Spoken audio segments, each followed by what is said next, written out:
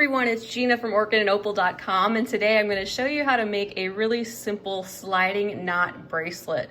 We're going to make two different ones today, and everything that you need can be found at Beebeecraft.com. I'll list everything below with the links as far as materials that I am using today, and I have a coupon code to share with you. It's Opal5, OPAL5, and that will save you $5 off your purchase of $40 or more from Beebeecraft, and any purchase over $25 is eligible for free international shipping. I have 5 different examples here of different simple sliding knot bracelets, a more complicated one with 2-hole beads and double threads, all the way down to really simple with just a single bead and a single thread. Beebeecraft has this waxed cotton cord in a 12-pack of all different colors for only like a little over $10 right now. I had picked it up a few months ago and shared it then, and I'm excited to get around to using it in a project so that you can see it in use.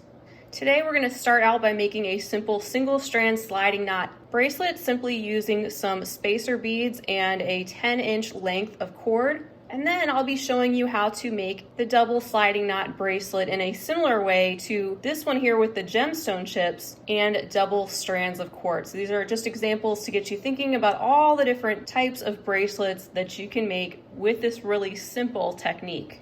Let's get started by making a simple single sliding knot bracelet. Cut yourself a 10-inch length of your waxed cotton cord like I have here. Grab your beads, whatever you want to use that you'll be adding to your cord, and we can go ahead and get started. All right, so I have my 10 inches of the waxed cotton cord, and I have the beads that I'm going to be adding onto the cord, as well as a bead awl, which will help us when we are making our knots. You don't have to have this, but it's certainly a handy tool. So we want to have equal lengths on both sides of the thread after the beads are added on. And we can see that the beads are going to be starting right about at this point. And that's where we're going to make our first knot so that the beads stay on the cord. So I'm going to pick this up and make an overhand knot right at that location. That's where the beads are going to stop. I'm going to pull this nice and tight. And then I'm going to string on these beads I've picked out. And you'll have to make sure that the waxed cotton cord you pick out is going to accommodate the beads that you want to add, because there are different thicknesses of the cord. This happens to be a 1 millimeter, and I'm using some beads with a little bit larger hole for this demonstration. So they do make some that's more like a 0.8, and that will fit more of your standard 1 millimeter size bead holes. Just keep that in mind. So I'm stringing on the very last bead that I want to add to my bracelet, as you can see right here, and I want to make another knot right at the end of that bead. So I'm going to take this end and make an overhand knot that's going to sit right next to this very end bead. I'm going to use my bead awl just to get in there and make sure that that knot sits right there on the end. All right, now we're ready to make our knots, and I'm taking each end of the cord and kind of folding it over like this.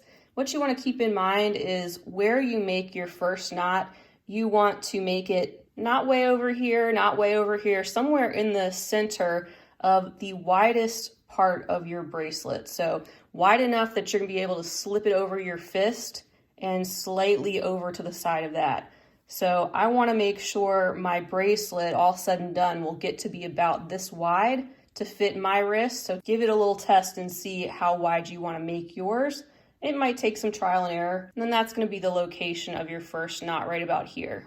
Something I find that helps me is to take a pencil, and I'm going to pinch the right hand side of my cord and the pencil in my hand, and I'm taking the left side of the cord and I'm coming behind the pencil and this right hand side of the cord. Then I'm going to take this working end and I'm going to make 3 loops coming forward around the pencil.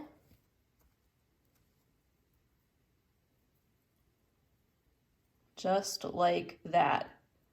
And what this does is it holds these loops open enough so that you're going to be able to slide that working cord back through those 3 loops.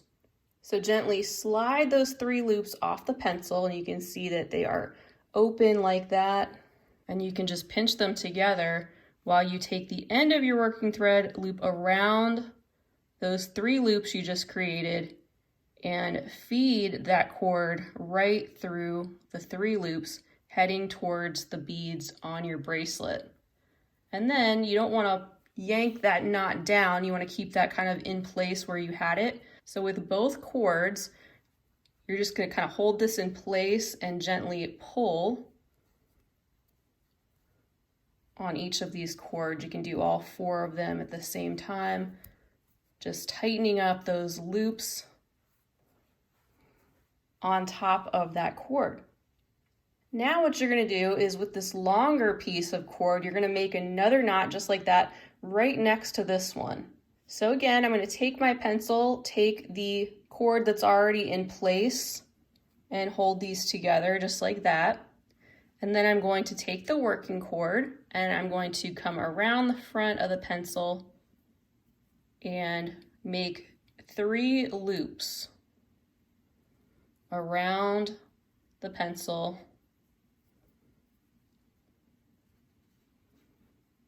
and that side of the bracelet cord.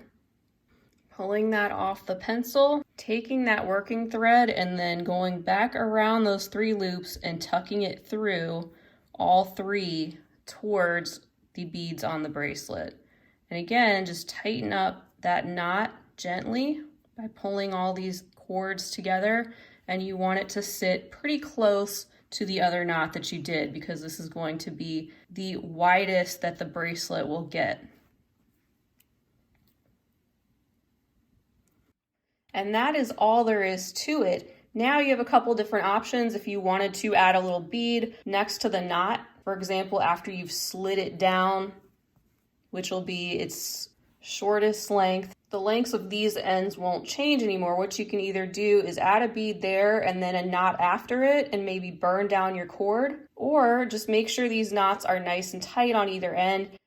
Then cut your cord pretty close to the knot, and you can use a lighter or a thread burner like this to melt that end of cord onto the top of the knot, making sure that you don't melt the cord onto the bottom, which would prevent this from being able to slide back and forth. Since I have 2 of these little spacer beads left, I'll go ahead and finish this one off by adding a spacer bead on either end and sliding that down to that knot on the left side, and then I'll make an overhand knot with the rest of the cord and pull that all the way down to the bead as close as I can and pull that tight. Let me do the same thing on this side. So again, taking the remaining cord and feeding that through the spacer bead. And there we go.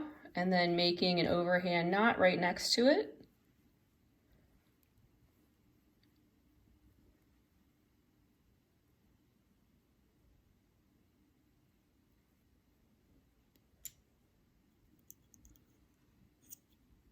Pulling that tight. And now we can trim off our loose ends pretty close to those little knots that we made. And I'm going to take a lighter and gently melt that cord so that knot won't come undone. Just melted that material into itself and pressing that in as it's melted. All right, so that's all there is to making one of these adjustable sliding knot cord bracelets.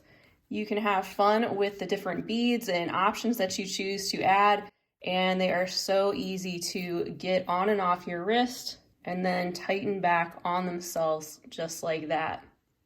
I'm going to do one more demonstration with you while you're here using 2 cords on either side, which is the same technique. It's just a little bit bulkier, but I want to show you what you can do to make one of these sliding knot bracelets if you don't have beads that will fit directly onto the cord. All right, so for this next example, I'm going to be using some of this 20 gauge wire in the silver tone. I've gathered the beads that I'm going to be using to string onto that piece of wire. And you'll need your jewelry pliers, particularly a round nose, a flat or a chain nose, and you'll need wire cutters if you're going to be cutting a piece of wire. So first we'll make our component, and that's going to start by making a wire wrapped loop at the top of this approximately 5-inch long piece of wire, pinching that in between the end of my pliers and just turning that wire at a 90-degree angle, pivoting my pliers up just like that, and then bringing the wire around the side of the pliers to get a loop started, then taking the wire and putting that on the bottom of my pliers to complete the loop by pulling that wire all the way around. Just going to pivot this so it's easier for me to close it up. And I'm going to be taking my chain nose pliers now with that shorter end and just wrapping this around tightly approximately 3 times.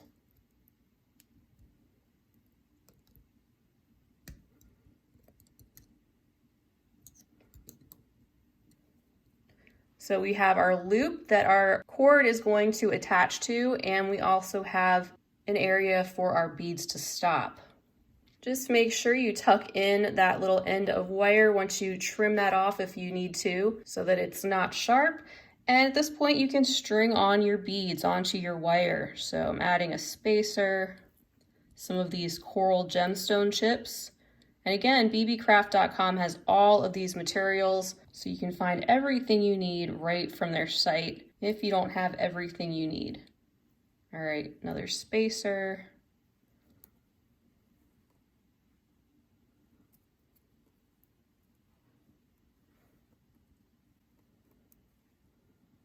And the last one. So these are all the beads that I want to have on my wire, and now we need to close up the other side and make another wire wrapped loop. So I'm going to take my round nose pliers again, pinch the wire in the end of those pliers, and turn the wire at a 90-degree angle. Pivot my pliers up, and in about the same location, turn the wire over the round nose pliers, starting a loop and then finishing a loop by pulling that wire across to the other side.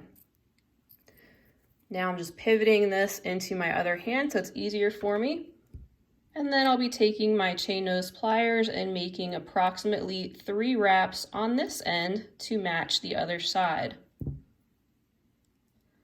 Then I just want to make sure that these loops are facing in the same direction, and I'm going to trim off any excess wire that I have on this end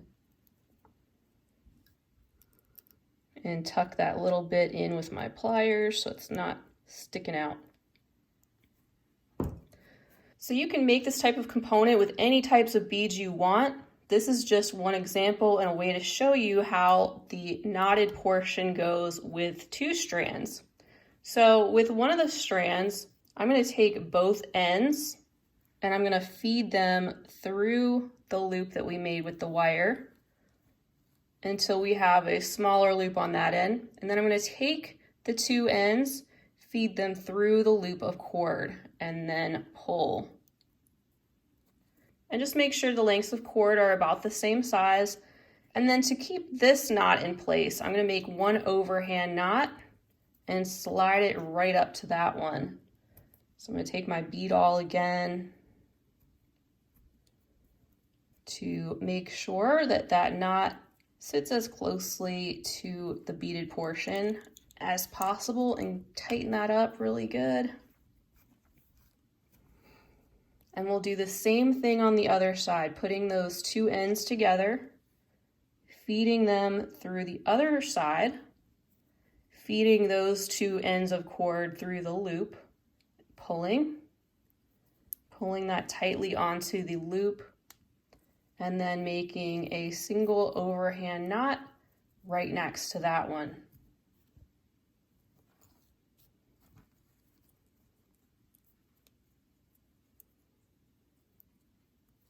And pulling that down and tightening it up. And there we go. So this step is going to be just like the other step, except we have 2 cords at a time. Start by crossing your cords over and getting this bracelet to be approximately the size that you're going to need at its largest point to get your fist to go through. Once you've done that, go a little bit off to the side. I'm going to start with the right hand side knot. And again, I'm going to line this up with my pencil, just like that. I'm going to hold this all in place with my thumb and my forefinger on my other hand. And I'm going to make 3 loops on the end of the pencil with the working thread. Just take your time. This might take some practice.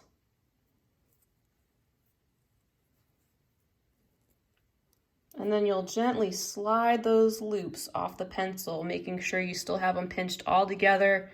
And if you can keep them nice and neat next to each other like that, that's always good. And then you'll take those 2 ends that you were just working with and tuck them right through the loops. So they're ending over here. We're going to bring them around those loops and tuck it right through. All right, there we go. And pull that, just pull it gently, because you want to make sure that knot, when you've tightened it up, isn't settling all the way over here. You want it sort of back to that wider end of your bracelet. So slowly tighten it.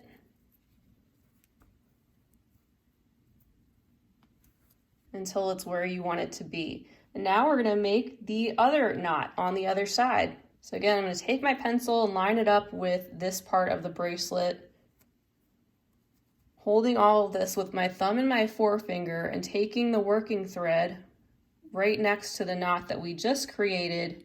Bring the cord over the pencil and the bracelet cord 3 times.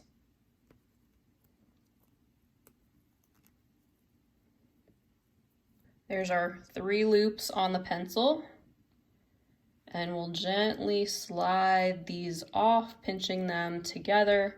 And I'm going to take these 2 ends of cord that we were just working with and slide them through all of those loops,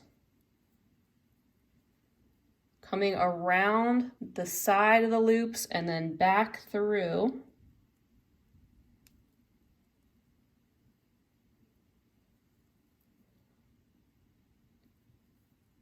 Just like that, and then slowly pull so that knot settles right near the other one that we made.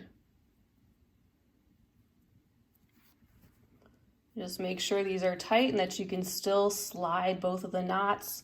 I'm going to slide them all the way down to the side.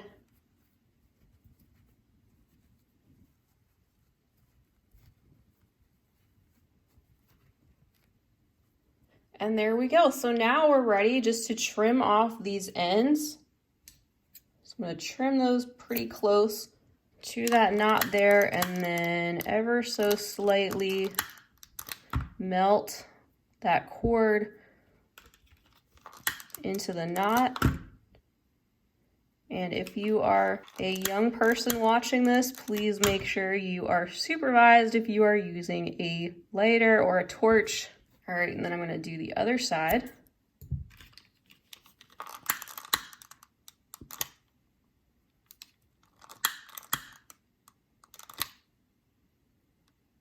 Melt that right in there, smush it around, and make sure that it can still slide for you up and down and you didn't melt the cord to itself. So there you have it, guys. Here is the other example of how to do a double sliding knot bracelet that is adjustable, easy to get on and off, and they make great versatile gifts. Check out beebeecraft.com for all the materials you need to make these fun bracelets, and check out the links below that will take you directly to some of these items. I hope this tutorial was helpful for you and easy to follow. If you enjoyed it, please feel free to give it a big thumbs up right below the video, and also subscribe while you're here because I'd love to have you back for future tutorials and more beading fun. You can also find all of my social media handles down below the video in the description section because you can follow along with me on those sites as well. Feel free to leave me a comment down below. I always love to hear from you. And until next time, I hope you guys are having a safe and healthy and fabulous day. And as always, happy beading.